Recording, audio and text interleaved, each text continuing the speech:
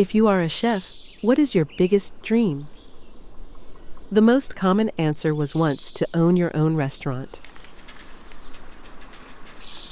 Today, this dream has evolved into something bigger, to also own your own farm. Bonjour, Sibel. Sibel is a Michelin-starred chef. Originally from the United States, she has worked in Japan, studied French cuisine in Paris, and now runs her own farm and restaurant in the suburbs of Paris. Definitely sweet. So sweet. Today, Sibel is going to prepare an off-menu dish for me. She calls it the universe of plant seeds. It changes daily, based on the harvest, and is dictated by her farm.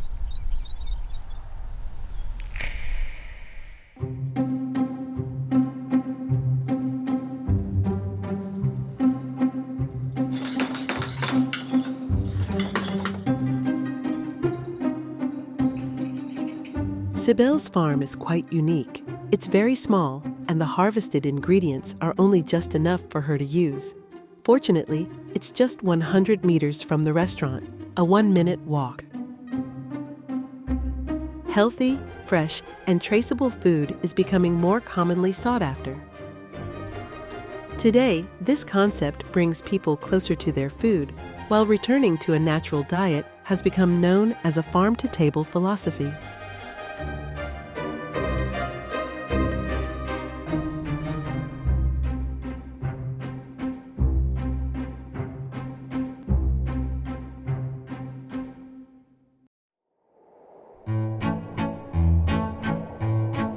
My name is Zhang Yunjia.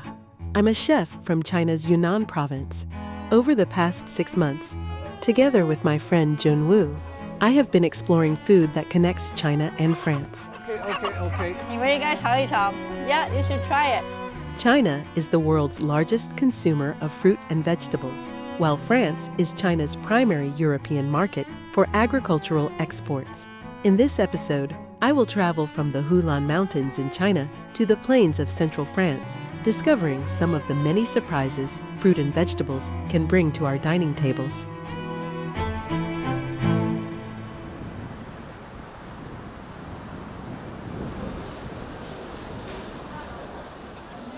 "4 p.m. in France brings le goûter, the afternoon snack.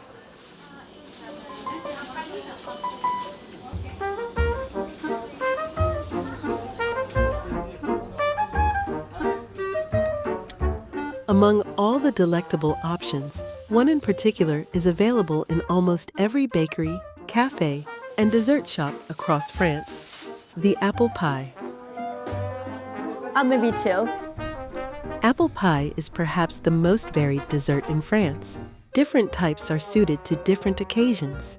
It appears at celebratory meals, birthday parties, and le goûter. Sometimes it's served simply to use up excess apples. The French have invented so many types of apple pie, not just because it's delicious, but because they really enjoy apples and their abundant harvests. France is among Europe's leading apple-growing countries, with more than 8,000 apple orchards and around 400 varieties cultivated. Even though it's not yet harvest season, farmers have one essential task to perform in order to ensure a good crop. C'est juste, on enlève des fruits, hop, voilà, pour en avoir qu'un seul, afin que les fruits soient très très sucrés.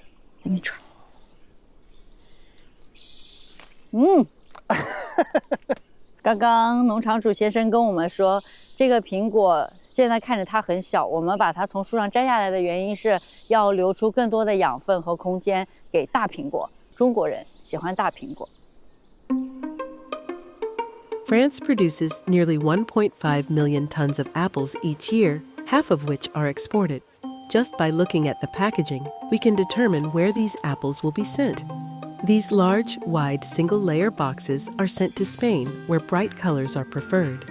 This machine automatically identifies the side of the apple with the most vibrant color. Double-layered boxes are sent to the UK. The British like sweet, crisp, and juicy apples. One layer of them is never enough. These are the largest boxes in the entire factory, with a total of 5 layers. Even if I didn't tell you, you could probably guess where they're going. Yes, to China. Since 2000, at least a dozen varieties of apples have been exported from France to China each year. During peak season, the freshest apples are shipped directly on cargo ships, taking around 6 weeks to reach China. Mon grand-père avant avait ici des vaches et des chevaux. Il a planté son premier verger. Et ensuite, ses 3 fils ont repris l'exploitation et ont continué de la développer avec mes 3 frères. Et nous avons planté encore des pommiers sur 100 hectares.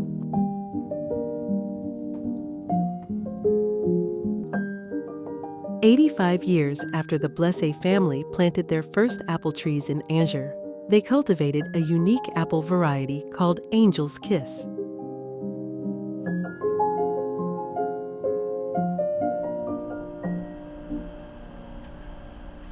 The most special feature of Angel's Kiss is its pink flesh, which gave me the beautiful idea of making apple pie flour rolls. For this recipe, I first cut a heart shape from air-dried apple slices. During World War I, a reporter asked a French soldier what he was fighting for. The soldier's response? "For my mother and apple pie." Steam the freshly cut apple slices for 10 minutes until they're fully softened. Then arrange them in a flower shape. To make the crust for this apple pie, I spread butter and flax seeds on spring roll wrappers, then bake them in the oven for 15 minutes. Next is the most crucial step. Spread a layer of fine granulated sugar, then place the apple flour roll and crust into an iron pot to slowly roast over charcoal for 20 minutes. The fruit softens with heat, creating a creamy texture similar to stewed apples. Sprinkle fine granulated sugar on the surface and caramelize it to bring out the aroma.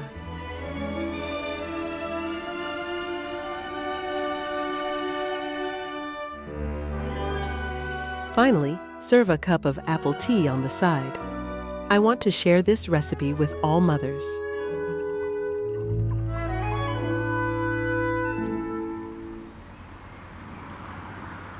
After leaving Angers, I returned to Paris to meet a legendary woman. She'll teach me how to prepare a classic French home-cooked dish. When people talk about her, they inevitably mention her illustrious early life. In 1950, Nathalie Georges was born in a wealthy neighborhood of Paris. Her father was an architect and her mother an artist. While some dream of going to Paris, Nathalie was born there. After growing up, she founded her own fashion design company, collaborating with brands like Dior and Cartier. Due to her love of wearing Chanel, she was nicknamed the Chanel Princess. In Paris's fashion scene, Nathalie was highly sought after. Since birth, fancy cars, extravagant villas, and luxury goods were always part of her life.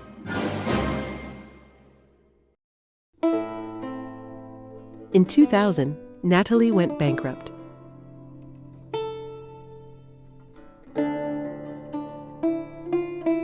Penniless, she moved into a loft measuring just 6 square meters.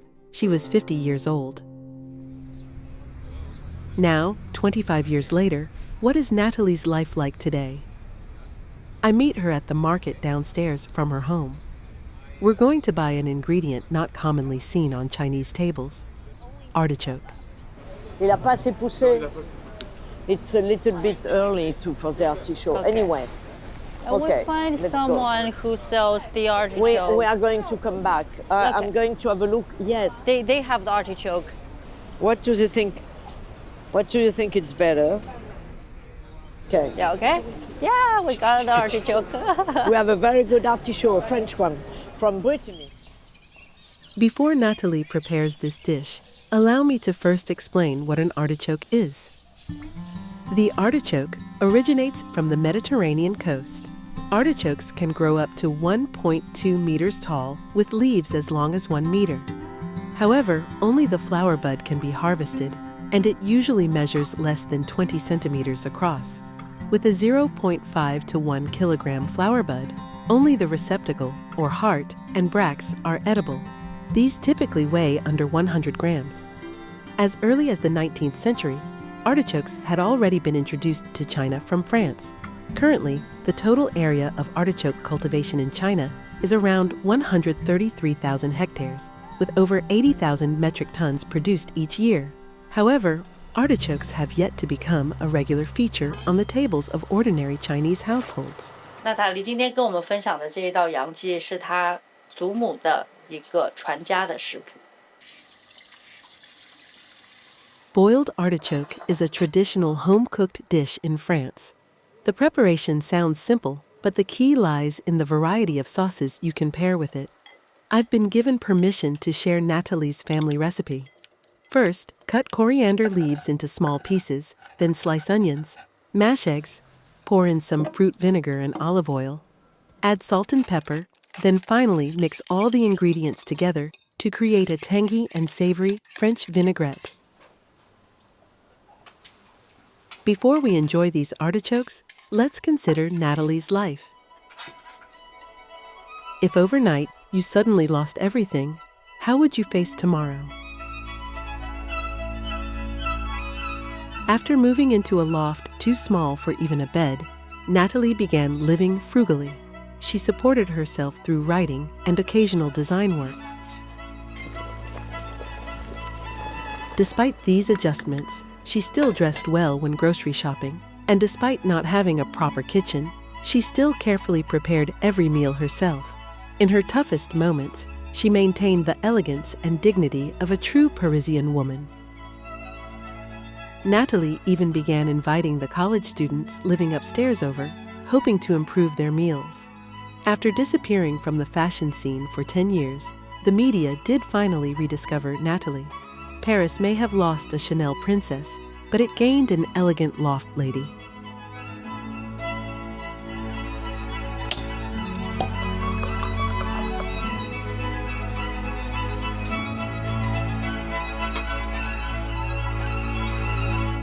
The children like them very much because it's a sort of joke, you know, you do this, you do this. Yeah. It's a very familiar dish, very easy because it's a vinaigrette, which is not expensive.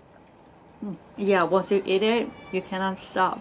Reminds me, our Chinese sitting in front of the TV, the whole family cracking them sunflower seeds. Because that artichoke, the big one. Voila. Look.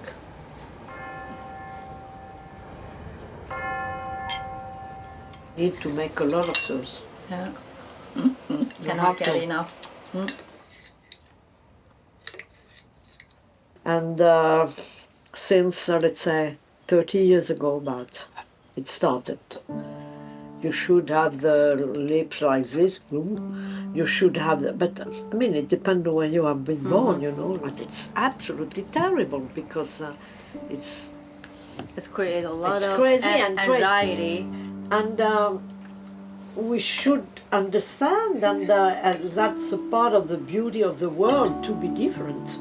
You understand what I mean? To be different.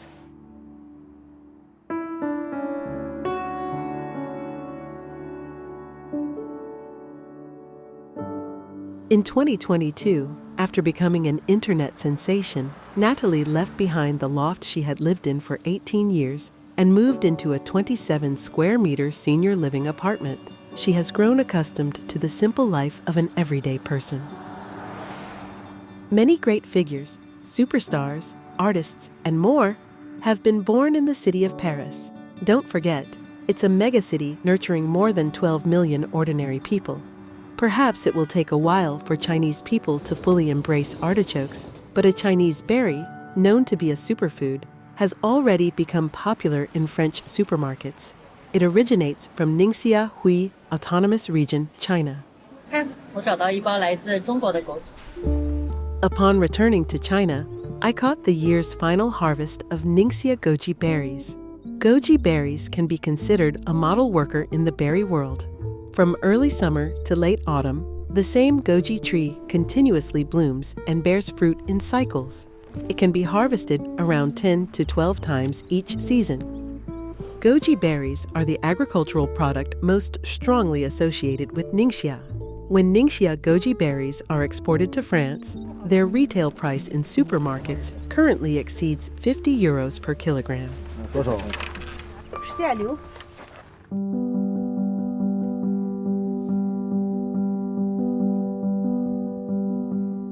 Goji berries belong to the Solanaceae family and come from a multi-branched shrub.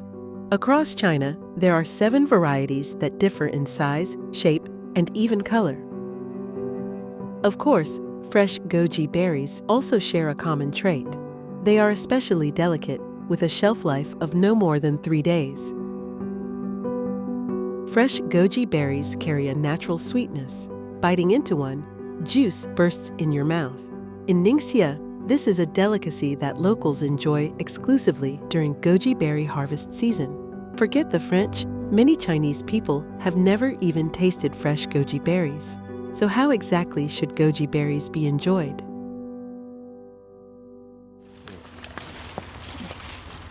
Zhang Jing is a new friend I've made here. The hawthorn berries and red dates in her home have ripened just in time to be paired with goji berries to create a tea for me. This is the most common way for locals to consume goji berries. They traditionally brew this special fruit tea to entertain guests. Every household has its own recipe, but goji berries and tea leaves are, of course, essential. Today, Zhang Jing is using goji berries, hawthorn berries, red dates, and sephora flowers. Amounts are adjusted to taste. Brewed with boiling water, this is Babao Cha, Ningxia 8 treasure tea. Zhang Jing learned hemp weaving from her grandmother as a child and is an inheritor of this craft. Villagers and neighbors now learn the skill from her, so on the days they don't pick goji berries, they can earn some extra income. 今天我打算给张老师他们做个枸杞披萨。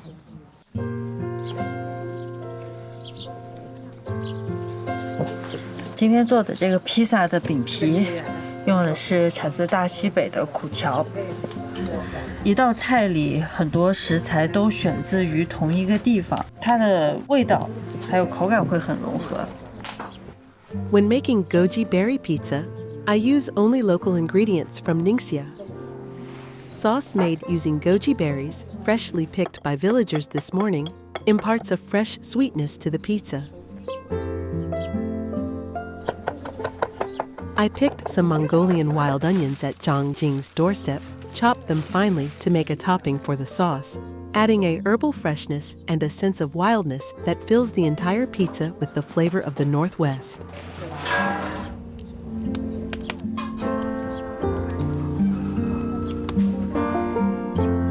我说的这2个耳朵，这个不要插。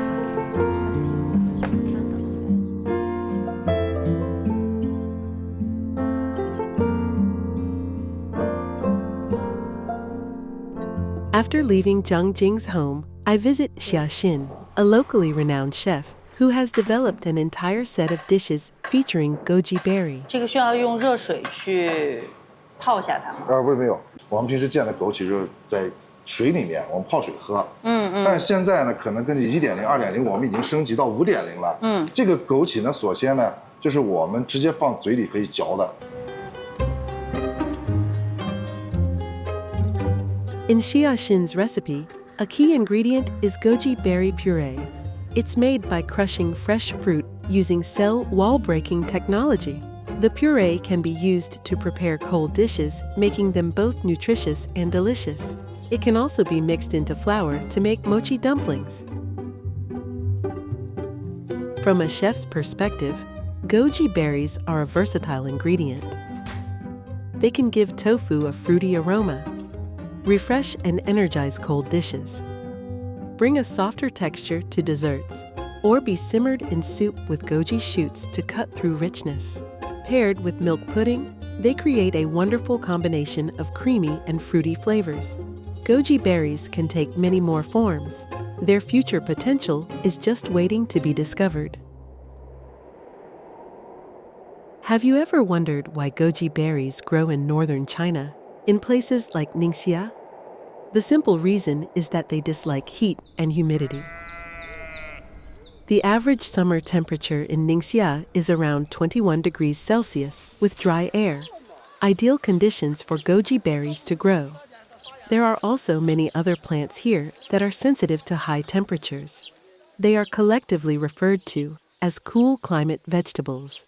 There is also another crop suited for Ningxia's soil, and it's this visually appealing rose. In 2017, 20 hectares of wasteland were opened up for the production of cold-scented roses in Majiawan village, a part of Shuzuishan City in northern Ningxia. This type of rose has a long blooming period, high yield, and notably thick petals, allowing it to release more flavor after processing. Could this be a place where people know how to enjoy roses, even more than those in the southwestern province of Yunnan? Yao Yanqin was the first person in Majiawan village to experiment by making food from roses. The rose paste she makes is as rich and sweet as similar products from Yunnan. Today, the first dish she will prepare using rose paste is zhengao, or steamer cake. Zhengao is a snack of the Hui ethnic group originating from the Guangdong and southern Shaanxi regions. Along with the staple ingredients of glutinous rice and red dates, it also showcases locally sourced ingredients. In the past, locals here would add kidney beans to balance out the stickiness of the glutinous rice. However, they are now trying to replace the beans with rose paste.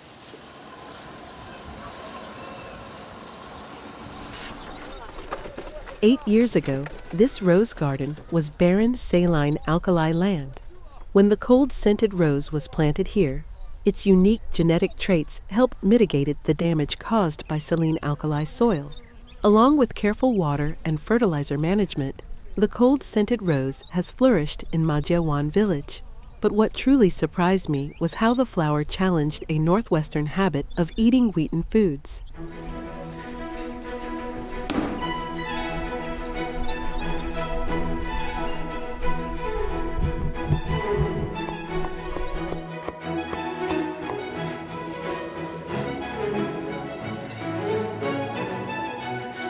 If you're familiar with Northwestern wheat dishes, you'll notice that they rarely contain sugar.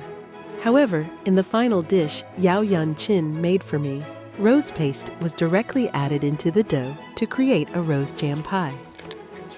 Due to limited ingredients, Northwestern wheat dishes were once primarily savory, oily, and chewy. Today, with the addition of roses, they now also have a wonderful sweetness.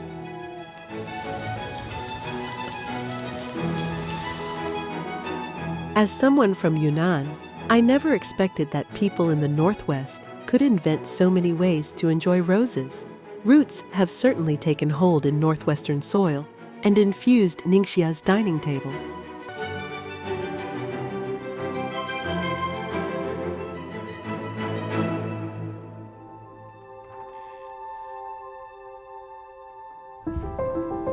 With sunlight and water, plants can span borders. In the future, an abundance of produce will cross oceans to grace tables world over. Many foreign fruits and vegetables have already long taken root in China. Locally grown avocados in Yunnan have replaced about 6% of the country's imported supply. The province has also become the world's largest growing region for macadamia nuts, which have steadily been making their way to European markets and meals. Meanwhile, in Hainan Province, cocoa cultivation is gradually expanding. This region is expected to become a new domestic source for chocolate ingredients in China. This is all part of a global exchange, not only of agricultural products, but also of people from different countries. It's a relay of technology, knowledge, and experience. Between our land and its crops, the world is becoming more connected.